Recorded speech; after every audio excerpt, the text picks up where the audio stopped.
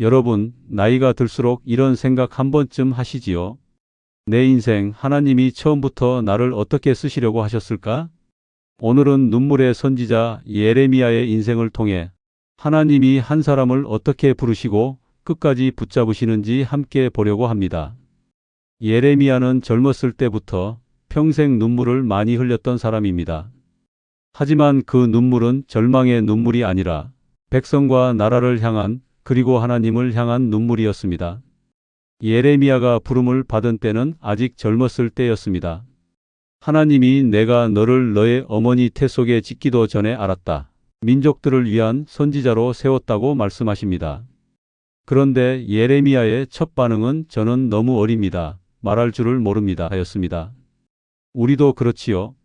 나이가 어려서 또 반대로 너무 많아서 이제는 늦었습니다. 저는 할 수 없습니다. 그렇게 말할 때가 많습니다.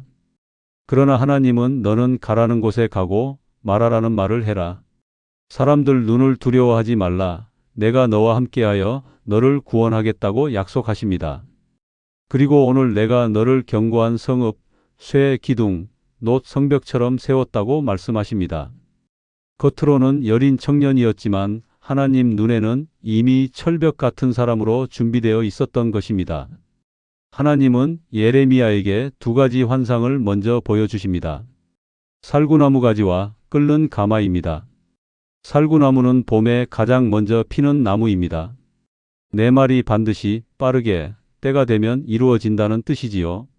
끓는 가마는 북쪽에서 재앙이 쏟아져 내려오는 모습을 보여줍니다.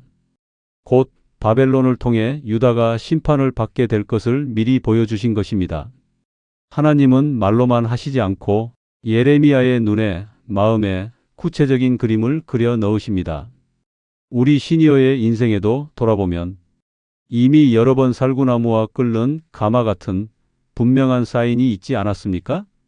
예레미야는 자신을 어립니다. 못합니다. 라고 소개했지만 하나님은 너는 내 입이 되고 내 성벽이 된다고 말씀하셨습니다. 여러분의 인생 초반과 지금을 돌아볼 때 하나님이 여러분을 어떻게 부르셨다고 믿으십니까? 댓글로 혹은 마음속으로 하나님이 나를 이렇게 부르셨다 한 줄 고백을 정리해 보시면 좋겠습니다. 이제부터는 예레미야 인생의 가장 아픈 시기로 들어가 보겠습니다. 하나님 말씀에 순종했는데 돌아온 것은 감사가 아니라 고소고발이었습니다.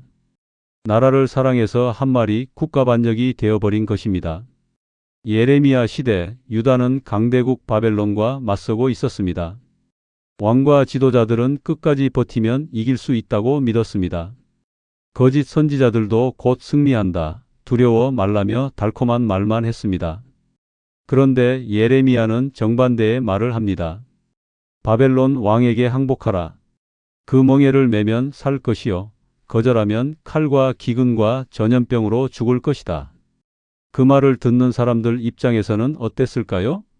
나라 망하라고 저주하는 사람처럼 들렸을 것입니다. 그래서 예레미야는 백성의 사기를 꺾고 적에게 넘어가라 부추기는 자, 즉 매국노 국가반역자로 찍히게 됩니다. 하나님 말씀에 충실했지만 시대의 귀에는 가장 미운 소리로 들렸던 것입니다. 결국 예레미야는 붙잡혀 매를 맞고 감옥에 갇힙니다. 그리고 나중에는 궁궐 안 깊은 우물, 물은 없고 진흙만 있는 구덩이에 끌어내려집니다. 먹을 것도 없고 몸은 진흙에 빠져 버틸 수 없는 상황이었습니다. 사람들이 보기에는 저 선지자 이제 끝났다 했을 것입니다. 그런데 그때 놀랍게도 한 이방인 내시가 등장합니다. 에벤멜렉이라는 사람입니다. 그는 왕에게 나아가 예레미야를 우물에 그냥 두면 굶어 죽습니다. 라고 용기 있게 말합니다. 왕이 허락하자 그는 낡은 헝겊과 밧줄을 가져가 예레미야에게 이 헝겊을 겨드랑이에 대고 밧줄을 걸라고 말한 후 사람들과 함께 끌어올립니다. 하나님은 가장 낮고 외로운 순간에 예상 밖의 사람을 통해 우리를 건져 올리시는 분입니다. 혹시 여러분 주변에도 조용히 손을 내밀어준 에벤멜렉 같은 사람이 있지 않습니까? 또 한 번 유명한 사건이 있습니다. 예레미야는 바벨론의 멍에를 상징하는 나무 멍에를 목에 걸고 다니며 이 멍에를 져야 산다고 말했습니다.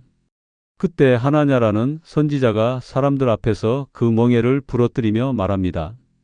2년 안에 바벨론의 멍에가 깨지고 포로들도 돌아올 것이다. 사람들은 어느 말을 더 좋아했을까요? 당연히 하나냐의 말이었습니다. 빨리, 쉽게, 고통 없이 해결된다는 약속이니까요. 그러나 예레미야는 조용히 다시 말합니다. 나무 멍에는 부러졌지만 이제는 쇠 멍에가 될 것이다. 그리고 하나냐는 그 해 안에 죽게 됩니다. 진짜 하나님의 말씀과 사람 귀에 좋은 말 사이의 차이는 시간이 지나면서 드러나게 되어 있습니다. 예레미야는 나라를 사랑해서 한 말 때문에 감옥에 가고 진흙 구덩이에 빠지고 거짓 선지자와 부딪혔습니다. 우리 인생 후반부에도 하나님 말씀에 따라 정직하게 살다가 오히려 손해를 볼 때가 있습니다.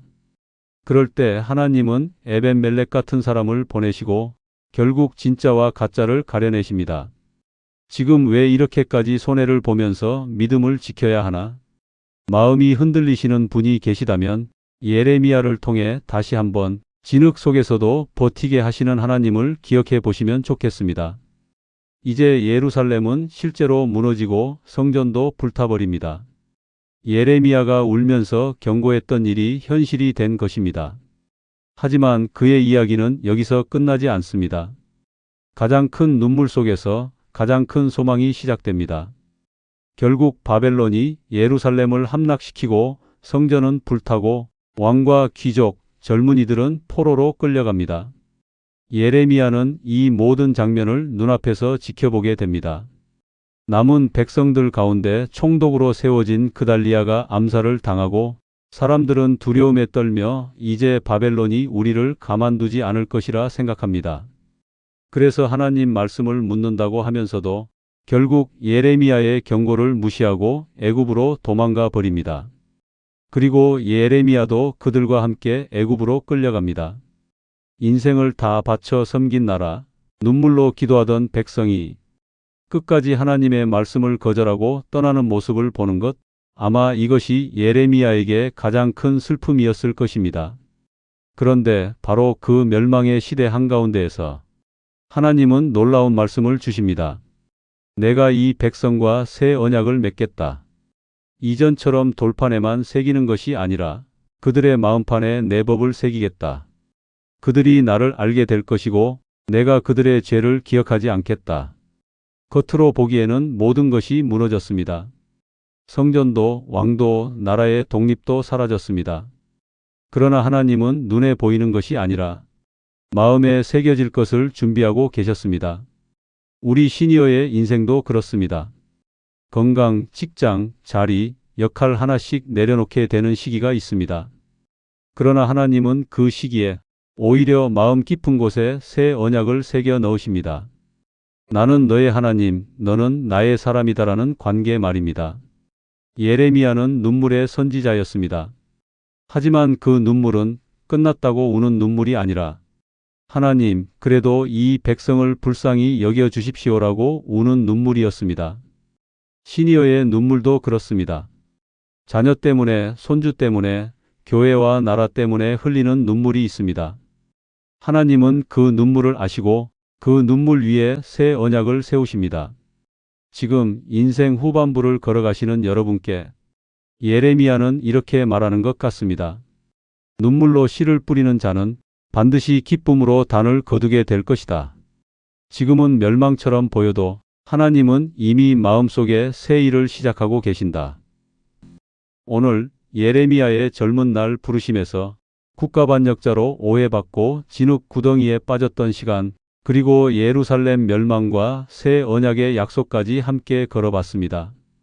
여러분 각자의 인생에도 부르심의 시간, 오해와 눈물의 시간, 그리고 새 언약을 새기는 시간이 있을 것입니다. 혹시 지금이 어느 시기이신지 댓글로 한 줄 나눠주셔도 좋고 조용히 마음속으로 정리해 보셔도 좋겠습니다. 이 채널과 함께 우리의 후반부 인생이 눈물로 끝나는 인생이 아니라 새 언약의 소망으로 마무리되는 인생이 되기를 함께 기도하겠습니다.